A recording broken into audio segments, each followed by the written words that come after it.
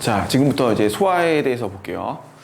일단 소화라는 거는 우리 앞서 몇 번씩 얘기했던 거인데, 소화라는 거는 우리가 몸에서 영양소를 흡수했을 때 그 영양소들이 덩어리가 크기 때문에 이제 그 큰 덩어리를 작은 덩어리로 바꿔주기 위해서, 우리 몸에서 흡수를 하기 위해서 고분자 물질을 저분자 물질로 바꿔준다는 걸 우리가 소화라고 부른다고 하면 되고요.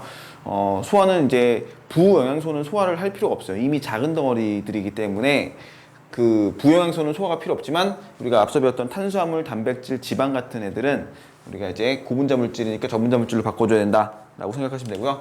우리 탄수화물, 단백질, 지방이죠. 탄수화물, 단백질, 지방은 고분자 물질이기 때문에 얘네들을 분해를 해줘야 되고요. 그래서 결과적으로 저분자 물질로 바뀌었다는 거는 탄수화물 같은 경우는 포도당이 나와야 된다는 거, 단백질 같은 경우는 아미노산이 나와야 된다는 거, 지방 같은 경우에는 아까 얘기했던 모노글리세리드 플러스 지방산의, 이렇게 모노글리세리드 플러스 지방산의 구조가 나와야 된다는 거, 이렇게까지 가야지 우리가 이제 세포들이 흡수를 할 수 있는 형태로 갈 것이다, 소화가 된 것이다 라고 생각을 하시면 되겠죠. 소화라는 거는 이런 뜻이고요. 그러면은 이제 소화를 할 때 반드시 필요한 게 뭐가 있냐면 효소라는 게 필요해요.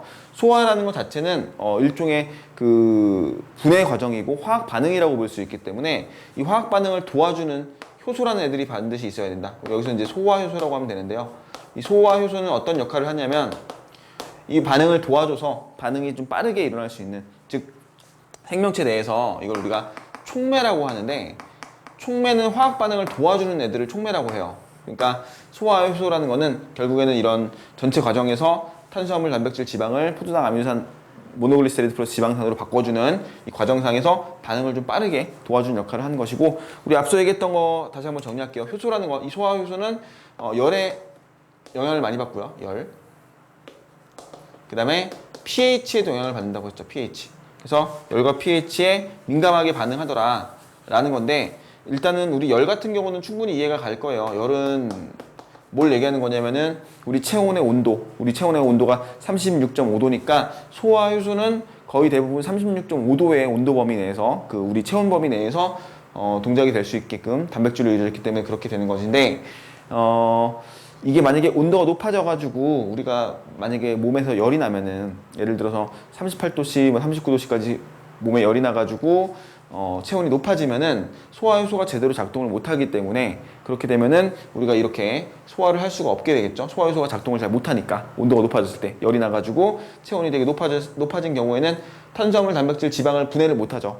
그래서 우리가 뭘 먹어도 소화가 잘 안 되고, 그러니까 그 열이 났을 때는 보통 뭐 수액을 맞던지 응급실 가가지고 뭐 주사를 맞잖아요. 포도당 주사 같은 걸 맞는 거를 이제 효소가 작동을 못해서 포도당을 만들지 못하기 때문에, 우리가 궁극적으로는 이 포도당을 많이 만들어야지 에너지를 많이 만들어낼 수 있는 건데, 그래서 이제 직접적으로 수액을 맞아서 포도당을 혈액 속에 공급을 해주는 거, 이렇게 생각하시면 되겠고요. pH 같은 경우는 우리가 보통 뭐 위가 산성인 건 알고 있죠. 이게 위가 강한 산성이라는 건 알고 있을 거야 아마. 근데 잎 같은 경우는 중성 정도, 중성이 되는 건데, 이런 식으로 우리 뭐 소장 같은 경우는 약염기성인데, 이런 것들은 아마 안 할 것 같긴 해요, 학교에서. 그러니까 pH에 영향을 받는다는 정도만, pH에 영향을 받는다.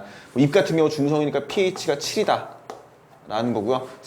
위는 산성이니까 pH가 2다 라는 거. 뭐 소장 내에서는 약염기성이 pH 8 정도 될 것이다, pH 8이다, 뭐 이런 정도는 뭐 혹시 하면은 하시면 되고, 아니면 뭐 전혀 신경 안 쓰셔도 될 것 같아요. 일단 열과 pH에 민감하다는가, 그 이유는 뭐냐면 단백질이기 때문에, 소화 효소가 단백질로 구성이 되어 있기 때문에 이렇게 될 것이다 라는 거 기억해 주시면 되겠고, 그 다음에 이제 세 번째, 소화의 종류가 있는데, 기계적 소화랑 화학적 소화라는 게 있어요. 기계적 소화는 말 그대로 물리적으로 효소가 들어가서 반응하는 게 아니라 그냥 얘를 물리적인 방법을 통해서 소화를 한다는 건데, 대표적으로 뭐가 있냐면은 우리 그 씹는 운동이라고 하죠.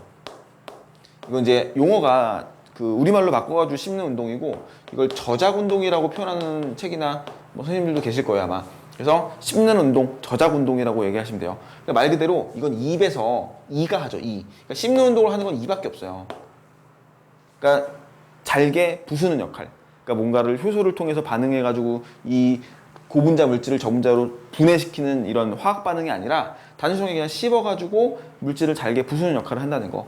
이게 바로 씹는 운동, 저작 운동이라고 얘기하고요. 이런 장소는 이밖에 없어요. 됐지? 그 다음에 이제 혼합 운동이라고 해가지고 얘를 같은 말로 분절 운동이라고 해요. 말 그대로 그 음식물을 섞어주는 역할을 하신다고 생각하면 될 것 같아. 분절 운동을 통해서 음식물을 섞어주는, 혼합시킬 수 있다. 이것도 마찬가지로 입에서 일어나죠. 입. 이건 여기서 입이라고 할게요. 장소를. 이런 장소를 입. 얘도 이런 장소는 입. 얘도 소장까지도 당연히 혼합 운동, 분절 운동이 일어나겠죠. 물론 대장도 일어나요. 이런 것들은. 그 다음에 세 번째가 꿈틀 운동이라고 해서 같은 표현으로 연동 운동이라고 얘기해요. 위도 있구나, 위. 혼합 운동 같은 경우. 분절 운동을 통해서 위에서도 음식물을 섞어준다는 거. 그러니까 음식물도 섞어주고 소화효소랑도 같이 섞어주고 이런 식으로 생각하면 되고요. 꿈틀 운동은 뭔가 보내는 역할을 하는 거예요. 얘는 입은 안 하고요. 꿈틀 운동 같은 경우는 소장이나 위에서 주로 일어나는데 계속해서 소장은 이제 음식물을 계속 다음 그걸 넘겨줘야 되기 때문에 이런 꿈틀 운동, 연동 운동을 통해서 음식물을 계속해서 보내준다는 거. 이렇게 기억하시면 되겠죠. 자, 기계적 소화는 종류가 이렇게 세 종류가 있다는 거. 씹는 운동, 혼합 운동, 꿈틀 운동 정도. 그 다음에 씹는 운동 같은 경우는 입에서밖에 일어나지 않는다는 거. 혼합 운동은 입이나 소장 위에서 다 일어난다는 거. 이 정도 기억해 놓으시면 되겠죠. 자, 화학적 소화는 소화 효소를 통해서 일어난다는 거. 이것만 기억하시면 될 것 같아요. 소화 효소가 들어가는 거고 우리가 이제 여기서 소화 효소들을 쭉 정리를 할 거예요. 자, 됐죠? 자, 그 다음에 이제 소화관은 우리가 이제 이 소화계 전체에서 음식물이 이동하는 통로라고 보시면 돼요. 이렇게 이 소화계라는 거는 각각의 기관, 입이라는 기관, 식도, 위, 소장, 대장, 항문까지 전체를 각각의 소화기관을 합쳐져가지고 전부 소화계라고 하고 특히 음식물이 지나가는 통로를 우리는 소화관이라고 얘기해요. 그러니까 우리가 음식물을 먹으면은 입에서 들어가서 식도를 타고 쭉 내려가서 위에서 있다가 다시 소장으로 내려가서 꾸불꾸불꾸불 진행하다가 대장으로 통해서 다시 항문으로 나가죠. 이제 쓸모없는 찌꺼기는 배출이 되는 거고 그 과정에서 우리가 필요한 영양소들만 이제 소장 또 뭐 여기저기서 흡수가 되는 건데 자, 입, 식도, 위, 소장, 대장, 항문 순으로 음식물이 이동하는 경로다라고 생각하시면 되고요. 여기다 추가적으로 우리가 간이라는 것도 있어요. 소화관은 아니야. 소화관은 아니지만 간, 뭐 이자, 쓸개라는 애들도 소화계에 포함된다는 거 여기 같이 기억해 주시면 될 것 같아요. 됐죠? 소화계에는 포함된다는 거. 간, 이자, 쓸개. 자, 그리고 이제 우리가 중요한 요 오른쪽에 있는 사람의 그 그림을 통해서 이제 전체적인 소화의 과정들을 쭉 정리를 할게요.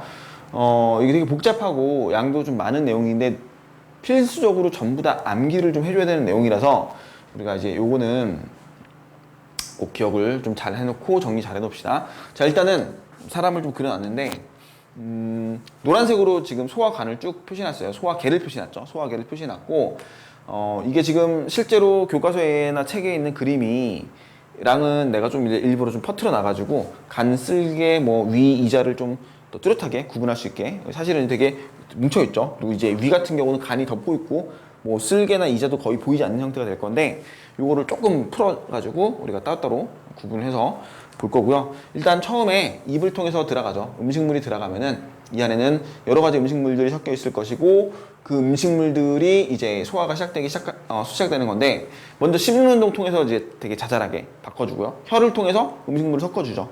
그러다 보면서 입에서 이제 침샘이라는 소화 분비샘이 있어요. 소화샘. 이거 소화샘이라고 하는데 침샘에서 침이 분비가 되죠. 입에는.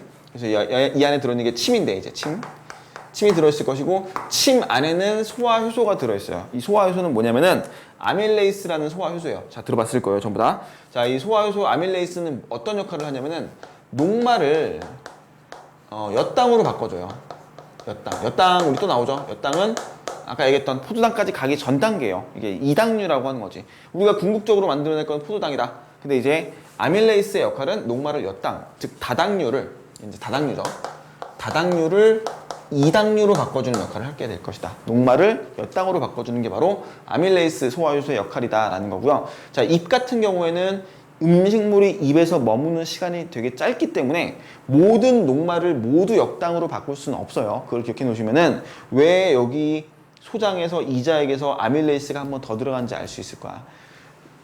이 입에서 모든 녹말이 엿당으로 전부 다 바뀌는 건 아니에요. 그래서 일부의 녹말은 이제 좀 걸쭉한 상태로 넘어가서 그대로 이제 소장까지 내려가요. 일부의 녹말은 엿당으로 아밀레이스, 침샘에 있던 그 아밀레이스에 의해서 엿당으로 바뀌고요. 그렇게 해서 이제 입에서 식도를 타고 위로 넘어가죠. 음식물이 소화되는, 특히 단백질이 소화되는 작은 주머니인데, 이 위에서는 이제 음식물이 이제 머물러 있죠. 조금 어느 정도 머물러 있는데, 위에는 위샘이라는 게 있고, 그 위샘에서는 펩신이라는 소화효소가 분비가 돼요. 자, 이 소화효소는 펩신은 뭐를 소화시키냐면은 단백질을 소화시키는 애들인데요. 자, 보통 이게 내용이 조금 너희가 개정되면서, 교육과정이 개정되면서 내용이 조금 단순화됐거든요. 용어들이나 이런 것들이. 자, 단백질을 이제 펩신이 소화를 시키게 되면은 여기서는 중간 단계라는 말을 쓰게 되는데, 중간 단계 단백질이란 말을 써요. 그러니까 단백질이 최종적으로는 우리가 아미노산으로 가야 되는데, 그 아미노산으로 가기 전에 중간 단계라고 얘기를 해요. 근데 이거를 우리가 조금 자세하게 또 얘기해 주면은, 얘를 우리가 폴리펩타이드라고 얘기를 해요. 폴리펩타이드. 자, 녹색으로 쓸게요.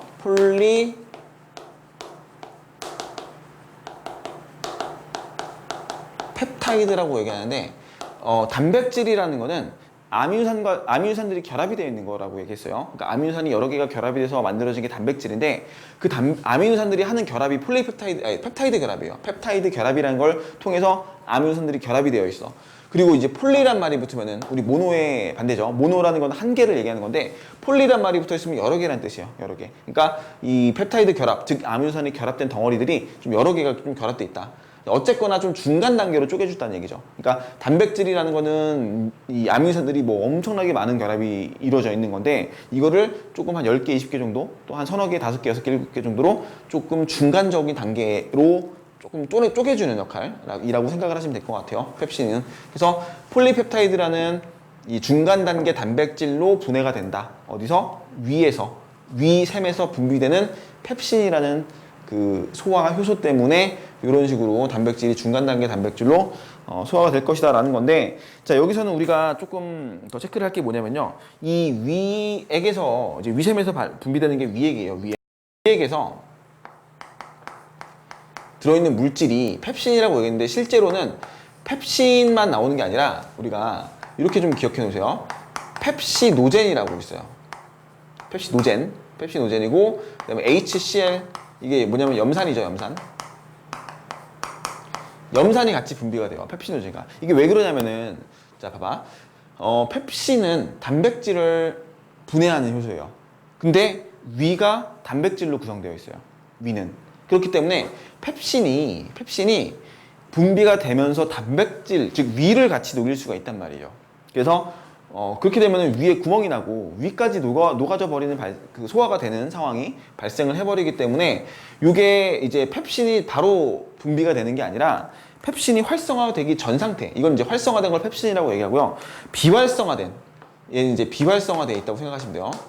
비활성화가 된 펩시노젠이라는 게 분비가 되고, 그리고 HCl, 염산이 같이 분비가 되면서 얘를 활성화시켜주는 작용을 하게 되죠. 염산이. 그래서 펩시노젠이 염산과 반응해서 펩신이라는 소화효소로 바뀌게 되고, 그때서야 이제 펩신은 단백질을 폴리펩타이드, 즉 중간 단계 단백질로 바꿀 수가 있다라는 거죠. 이미 그 위 속에 들어간 상태로, 위 속에 들어가서. 그러면 위 속에 들어가서는 펩신으로 바뀌었을 때는 또 얘가 그 위 벽을 또 녹이지 않냐라고 생각할 수 있는데, 이 위에는요, 우리가 용어만 좀 기억해 놓으세요.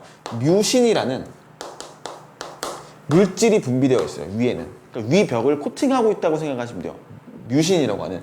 우리 침의 성분에도 들어있고, 그러니까 모든 소화관 속에는 뮤신이라는 그 코팅제라고 생각하시면 될 것 같은데, 이런 분비물이 분비가 돼서 좀 코팅을 해서 막아주는 역할, 이제 그 기관 자체가 소화되는 걸 좀 막아주는 역할을 하겠다라는 건데, 뮤신은 이제 침이 끈적끈적한 성분들, 뭐 이런 거 생각하시면 될 것 같아요. 뮤신이라는 성분들은 뭐 침이 좀 끈적끈적한 이유가 이제 뮤신이라는 물질 때문에 라고 생각하시면 되고, 그 다음에 뭐 위나 뭐 이런 그 소화기관을 코팅해주는 역할을 하고, 뭐 또 윤활작용? 좀 약간 부드럽게 해서 윤활적인 작용을 한다는 거라는 건데, 이런 것도 있으니까 그냥 참고로 기억해 놓으세요. 따라서, 이제 결론을 내리면은, 위가 왜 펩신에 의해서 소화가 되지 않느냐라는 거는, 이제 첫 번째로 펩신 자체가 펩시노젠이라는 비활성화된 펩신으로 나온다.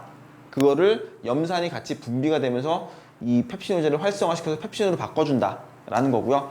그리고 뮤신이라는 물질이 이 위를 둘러싸게 코팅이 되어 있기 때문에 위벽이 이렇게 펩신에 의해서 녹아지진 않는다 라고 정리해 놓으시면 될 것 같아요. 자, 결론은 우리가 위에서 일어나는 소화 효소는 펩신이고요. 그 다음에 단백질을 중간 단계 단백질, 즉 폴리펩타이드라는 형태로 바꿔줄 것이다 라고 기억해 놓으시면 되겠죠. 자, 위에서는 이 아밀레이스가 같이 침과 섞여서 우리 넘어올 건데, 아밀레이스는 녹말을 엿당으로 바꿔주잖아. 근데 위에서는 아밀레이스가 작동을 하지 못해요. 왜 그러냐면은 우리 위는 산성 pH가 2니까 이제 이 염산 같은 거에서 강한 산성을 띠게 되는 건데, 요 입에서 중성, 즉 아밀레이스가 작동하는 우리 pH의 범위는 7 정도 되는데, 이게 위에 들어오게 되면 pH가 2로 바뀌기 때문에 우리가 처음에 얘기했죠. 효소라는 거는 pH의 영향을 받는다고 얘기했어요. 그러니까 이때는 아밀레이스가 활성화되지 않고 녹말을 엿당으로 바꿀 수가 없어요. 즉 위에서는 단백질이 이 중간 단계 단백질로만 소화가 된다 라고 생각을 하시면 되겠죠. 녹말이 엿당으로 바뀌지 않는다. 아밀레이스는 여기서 이미 작동이 안 된다 라는 거고, 위가 이제 산성을 띠는 이유는 염산 때문이겠죠. 염산 pH가 2나 되는 강한 산성을 띠게 되는데, 그건 염산 때문이다 라고 하고요. 또 위에서 또 하나 역할을 더 하겠네요. 이 염산 때문에 살균 작용, 세균들을 좀 죽이거나 이런 식으로 소독하거나 뭐 이런 작용을 하겠다. 기억해 놓으시면 될 것 같아요. 자, 됐죠? 그래서 이제 이렇게 그 염산까지 정리해 놓으시고, 그 다음에 이제 음식물이 소장으로 넘어가죠. 자, 소장으로 넘어가는데, 이 소장에 넘어가기 전에 보면은 여기 앞부분, 소장의 그 진입 부분을 우리가 뭐라고 얘기하냐면요, 12지장이라고 얘기를 해요. 12지장. 말은 들어봤을 거야, 아마. 12지장. 그래서 이제 12지장이라는 건 소장의 입구라고 생각하시면 되고, 이쪽으로 쓸개나 이자 같은 이 쓸개즙이나 이자액이 분비가 되는데, 자, 이걸 이제 설명을 할게요. 자, 보세요. 자, 우리가 소화관에서는 지금 입 다음에 위, 그 다음에 소장까지 내려올 건데, 그 소장에 내려오기 전에 요 간이라는 소화기관이 있고요. 쓸개라는 소화기관이 있고, 그 다음에 이자라는 소화기관이 있어요. 각각 이제 소화효소 또는 소화액을 좀 분비를 해주는 역할을 할 것인데, 자, 첫 번째로 이제 쓸개즙, 되게 중요한 건데, 쓸개즙은 쓸개즙이에요. 쓸개즙. 얘는 소화효소가 아니에요. 이게 가장 중요한 역할. 소화효소가 아니다. 그럼 얘는 화학적 소화를 하지 않는다. 쓸개즙은. 그럼 화학적 소화를 안 하면은 기계적 소화를 한다는 거. 그래서 얘는 쓸개즙은 기계적 소화를 하는 애들이다. 반드시 기억해 놓으세요. 반드시. 자, 이게 뭐냐면, 일단 쓸개즙은요, 간이라는 곳에서 만들어져. 간에서는 쓸개즙이 생성돼요. 생성. 중요하죠? 쓸개즙은 쓸개에서 만드는 게 아니에요. 간에서 쓸개즙을 만들고, 간에서 쓸개즙을 만들어서 쓸개에다가 임시로 저장을 시켜요. 얘는 이제 저장한다. 쓸개즙은. 그리고 분비를 해요. 여기서 어디로? 12지장 쪽으로 분비를 하게 된다. 쓸개즙은 다시 한번 간에서 만들어져서 쓸개에 잠깐 보관되었다가 12지장 쪽으로, 소장 입구 쪽으로 분비가 된다라는 거고, 얘는 소화효소가 아니다. 기계적 소화를 하는 애들이다 라는 건데, 그럼 소화효소를 가지고 있지 않으면은 얘는 왜 필요하냐라면은, 이 기계적 소화가 바로 뭐냐면은, 얘는요 지방에 유화작용을 해요. 유화작용. 혹시 아까 그 지방을 내가 그림을 그렸을 때 지방 덩어리를 어떻게 그렸냐면은, 요렇게 해가지고 이렇게 지방산이 붙어있고 모노글리세리드가 이렇게 쭉쭉쭉 붙어있는 구조를 그렸었어요. 기본적으로 지방은 물에 잘 안 녹잖아. 물과 잘 안 섞여요. 그러니까 이 지방의 유화라는 건 뭐냐면 조금 부드럽게 바꿔준다는 뜻이거든요. 조금 더 부드럽게. 그러니까 소화를 좀 도와주게. 그러니까 지방이라는 거는 실질적으로 그냥 자기들끼리 이렇게 결합이 잘 되어 있고 굳어진 상태고 물과 잘 안 섞이는데 얘를 갖다가 조금씩 이렇게 쪼개주는 거죠. 이렇게 얘네들은 이렇게. 그래서 조금 유화가 된다는 느낌은 어떤 느낌이냐면 얘가 어떤 식으로 바뀌냐면은 이렇게 덩어리 한 덩어리씩 쪼개져 있다고 생각하시면 돼요. 이렇게 이런 식으로 이렇게 바꿔주는 걸 유화라고 얘기해요.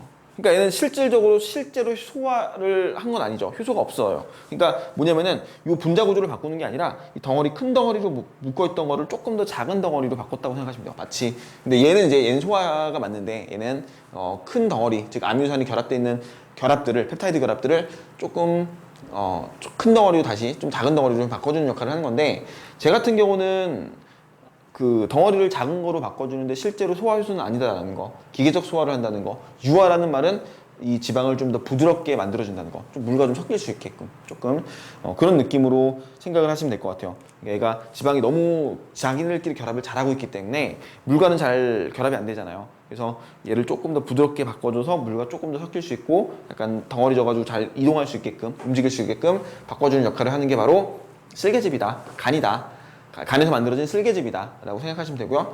얘는 절대적으로 우리가 소화효소가 아니다. 쓸개즙은 기계적 소화를 하는 애들이다. 지방을 유화시킨다, 부드럽게 만들어준다 라는 게 반드시 기억해 놓으셔야 되는 내용이에요. 이거는 그래서 소장으로 가기 전에 즉 이제 십이지장 쪽에서는 간 쓸개를 통해서 쓸개즙이 분비가 된다라는 거 됐죠. 그리고 이제 두 번째는 이자액인데요. 이자라는 기관은 바로 얘도 따로 있어요. 이자라는 기관이 여기 이렇게 존재하는데 마찬가지로 이자도 십이지장 쪽으로 분비를 하게 되는데 뭘 분비하냐면은 이자액을 분비하죠.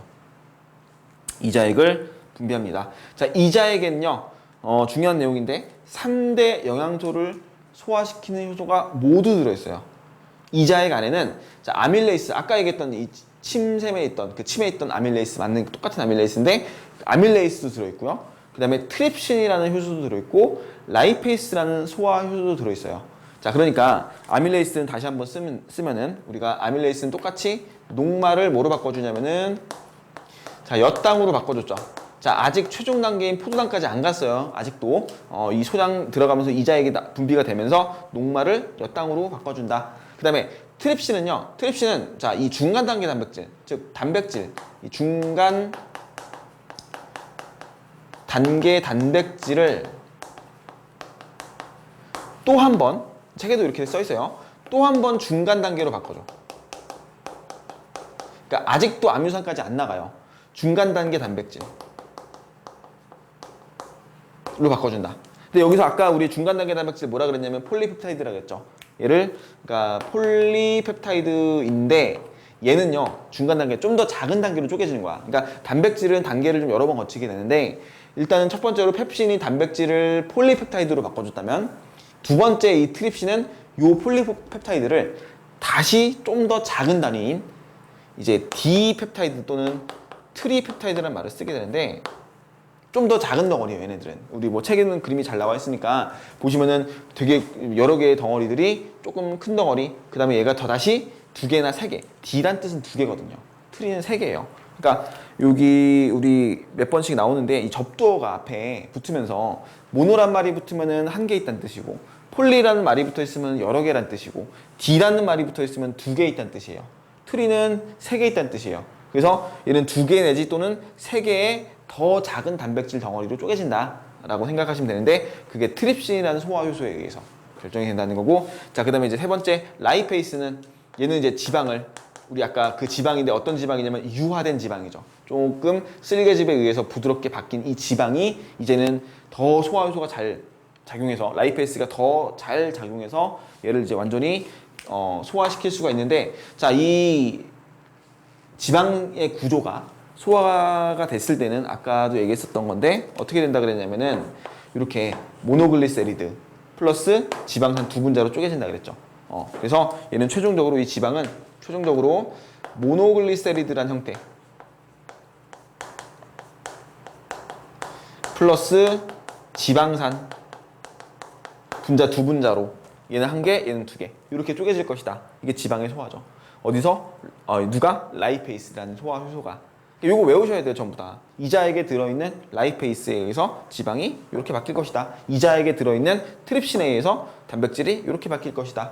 이자액에 들어있는 아밀레이스에 의해서 녹말이 엿당으로 바뀐다. 하지만 아밀레이스 같은 경우는 우리 입에서도 있었다. 우리 입에서는 머무는 시간이 짧기 때문에 여기서도 또 아밀레이스가 분비가 돼서 녹말을 엿당으로 바꿔준다. 라고요. 그 다음에 위액에서는 펩신이라는 애가 분비돼서 단백질을 이렇게 중간 단계로 바꿔주더라. 이렇게 정리하시면 되겠죠. 내용이 되게 많죠. 복잡하고 우리가 필수적으로 좀 암기 이런 것들은.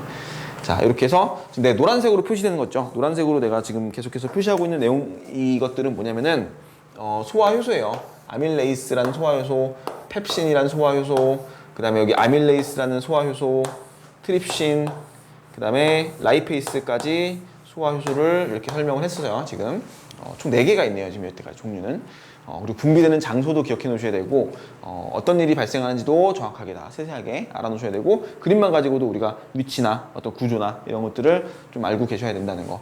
자, 됐죠? 이렇게 여기까지 오면은 일단 최종 단계까지 간 건 이미 끝난 애는 누구냐면 지방이에요. 지방은 이미 끝났어요. 여기서.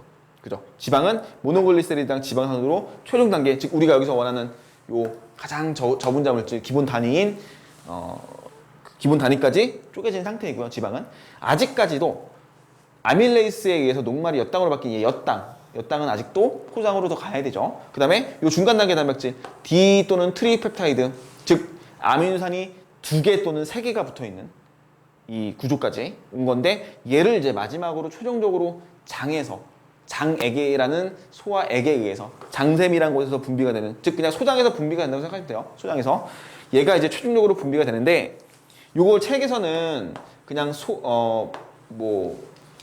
뭐라 그러죠? 탄수화물 분해 요소? 그냥 이렇게 나오나? 탄수화물 소화 요소 이렇게 나오나? 이것도 이런 말이 안 나오는 책도 있을 거야, 아마. 그냥 단백질 소화 요소, 뭐 소장의 소화 요소 이렇게만 정리가 되는 책들도 있을 건데 정확하게는 이제 말테이스라는 소화 요소가 분비가 돼서 요 말테이스에 의해서 이제 최종적으로 우리 아까 엿당 있죠, 엿당이 최종적으로 포도당으로 바뀌어요. 이렇게. 최종적으로 소장에서, 그러면서 포도당이 이제 흡수가 되는 거죠. 소장에서. 그 다음에 펩티데이스, 자 얘는 마지막으로 우리 아까 했던 D 또는 트리펩타이드, 즉 중간 단계 단백질이 이제 최종적으로 우리 아미노산으로 갈 거다. 이렇게 최종 단계로 됐죠. 이미 지방은 우리 라이페이스에 의해서 이미 분해가 다 되어 있는 상태이고요. 자, 그래서 이제 장에까지 와가지고 최종적으로 소장까지 와서 우리가 이제 소장에서 요 말테이스와 펩티데이스라는 소화효소에 의해서 엿당이 포도당으로, 그 다음에 디펩타이드 또는 트리펩타이드가 아미노산으로 분해가 되더라. 최종적으로 이렇게 정리해 주시면 되고요. 사실 여기도 소화효소가 좀 더 있어요. 뭐 락테이스나 아니면 수크레이스라는 그 소화효소들이 설탕이나 뭐 젖당 같은 애들을 분해하는 것도 있는데 아마 이거는 학교에서 다루지는 않을 것 같고요. 일단 여기까지 정리해 놓으시면은 우리가 소화계에서 이 소화 과정들 있죠. 이렇게 쭉 정리가 되니까 여기까지 정리해 놓으시고, 이제 대장이 하나 남았는데 항문은 배출하는 거고요. 항문은 배출하는 거고, 대장은 하나만 기억하세요. 물 흡수한다는 거. 예, 물 흡수. 얘는 직접적인 영양소의 흡수가 일어나지 않고 물만 흡수합니다.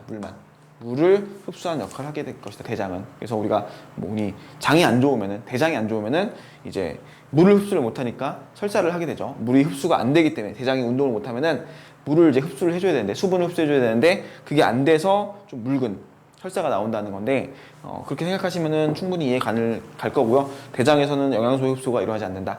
영양소의 흡수는 오로지 소장에서만 일어난다. 소장에서 기억해 놓으시면 되겠죠. 자, 이렇게 정리를 해 놓읍시다. 자, 됐죠?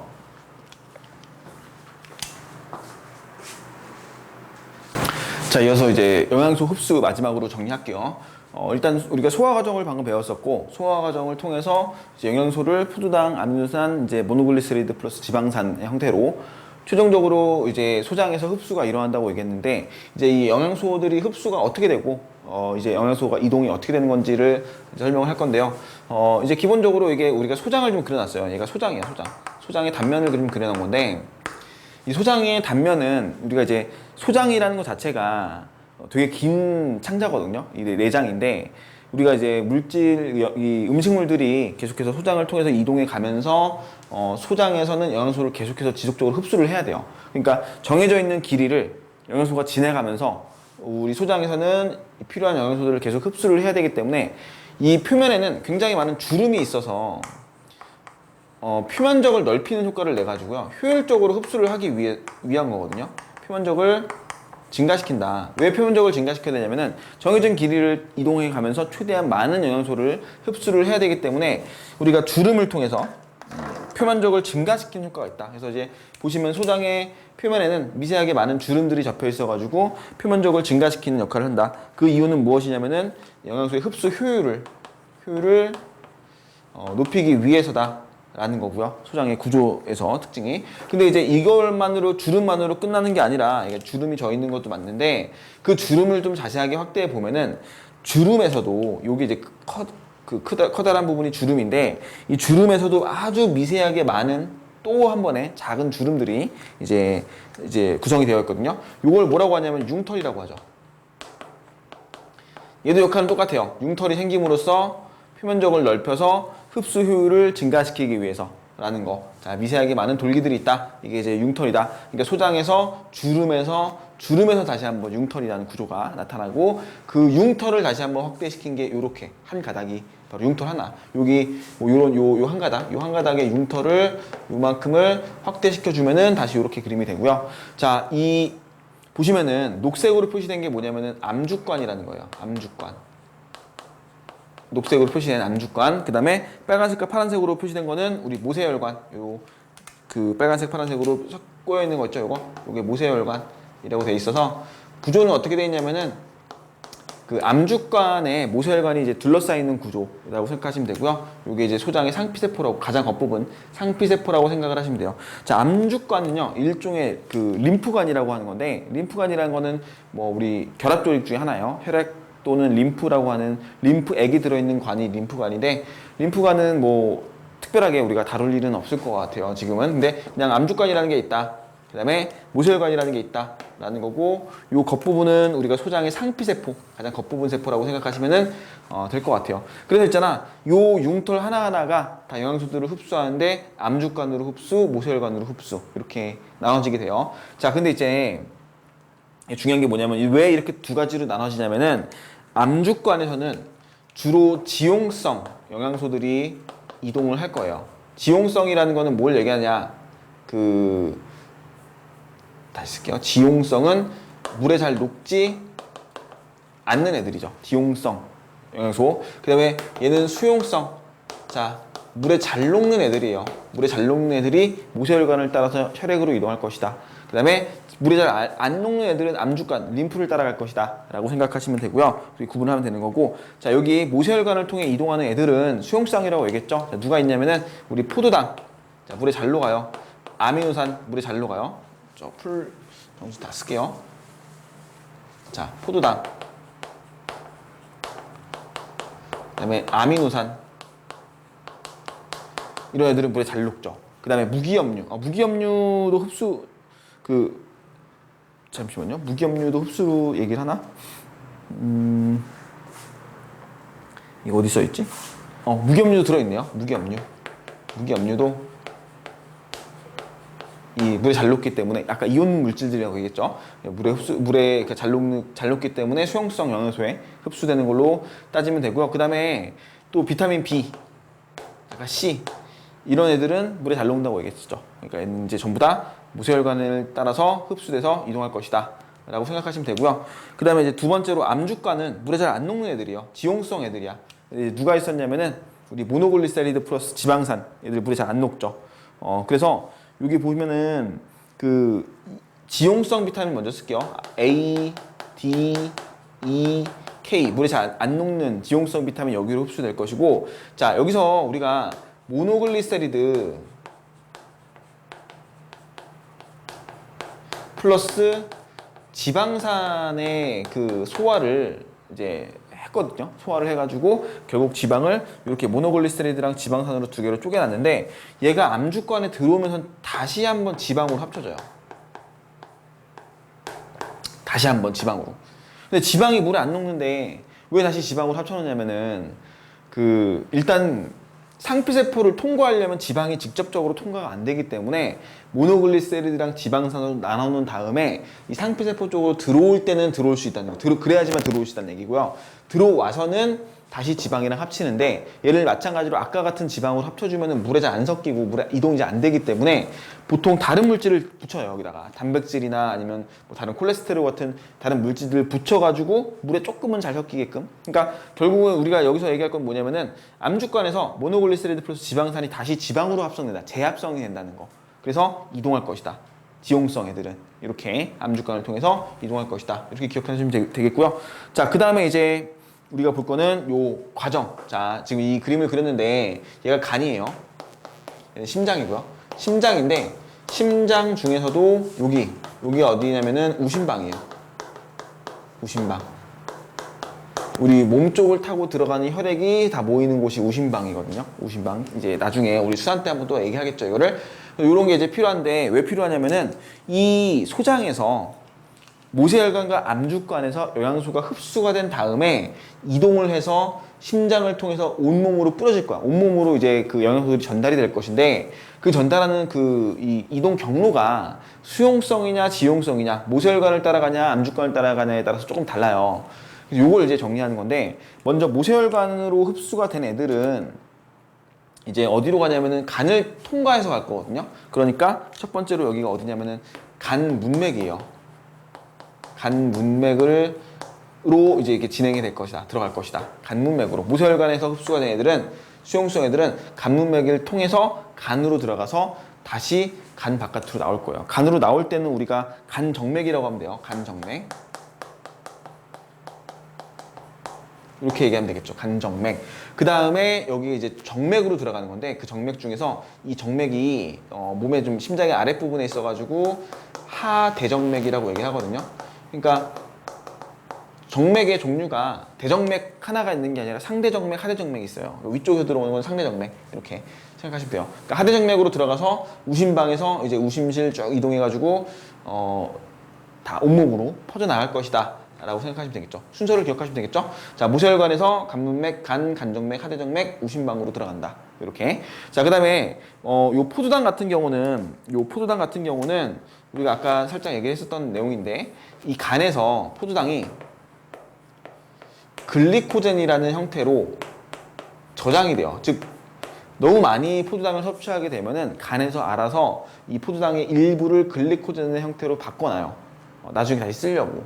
그래서 이 포도당은 간에서 글리코젠 형태로 바뀔 것이다. 어떨 때냐면은 이제 포도당을 너무 많이 섭취했을 때, 밥을 많이 먹었을 때라는 거죠. 자, 그렇게 기억해 놓으시면 되겠고, 암주간을 따라 이동하는 애들, 지용성 비타민 A, D, E, K 플러스 모노글리세리드, 지방산, 즉 지방으로 바뀌었죠. 여기서는 지방으로 바뀌어가지고 이제 이동할 건데, 얘네들은 어디로 이동할 거냐면은 암주관에서 바로 림프관이라는 걸로 들어가요. 그러니까 암주관이 림프관의 일종이라 그랬어요. 그래서 얘는 이제 림프관이라는 걸로 들어가는 건데, 이 림프관으로 들어가서 얘가 이제 가슴 림프관이에요. 가슴 림프관으로 따라서 쭉 올라가요. 얘는 이제 그 간을 거치지 않죠. 간을 거칠 이유가 없기 때문에 가슴 림프관으로 들어가서 이제 정맥으로 들어갈 건데, 그러니까 림프관에서 정맥으로 바뀌어요. 여기서 이게 어디냐면은 빗장 및 정맥이라는 건데, 우리 쇄골뼈 밑에 있는, 아래쪽에 있는 정맥이라고 생각하시면 되는데, 이게 의미가 또 어떤 거냐면은 림프관은 혈관이 아닌데 이 림프관을 따라 이동하다가 얘가 정맥으로 다시 들어간다는 거. 그래서 혈액을 통해서 이동할 것이다, 이제부터는. 그리고 이제 위에서 들어가는 정맥, 이게 하대정맥이죠.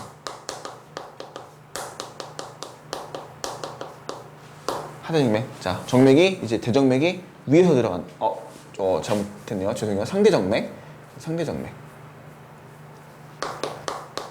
상대정맥이 되겠죠. 위에서 들어가는 거니까. 이런 식으로 정리해서 심장으로 들어간 다음에 이제 우심실 통해서 동맥으로 다 이제 온몸으로 이 영양소들이 고르게 이제 퍼져나갈 것이다 라고 생각을 하시면 되겠죠. 이렇게 정리를 하면 되는데, 지금 내용이 뭐 학교에서보다 더 자세할 수도 있고 또 빠진 것도 있을 수 있고, 이제 이거는 교육과정에 바뀌면서 내용이 조금씩 정리가 된 게 있어가지고 일단 최대한 뭐 할 수 있는 대로 풍부한 설명을 했기 때문에 여러분들은 이제 학교에 맞춰서 내신 대비를 할 때 학교에 맞춰서 학교에서 했던 것들은 정리를 좀 잘 해주시고 더 꼼꼼하게, 그 다음에 학교에서 안 했던 것들은 뭐 굳이 뭐 외우거나 볼 필요는 없기 때문에 선택해가지고 정리해 주시면 될 것 같아요. 일단은 영양소와 소화 파트는 여기까지 정리할게요. 자, 수고하셨습니다.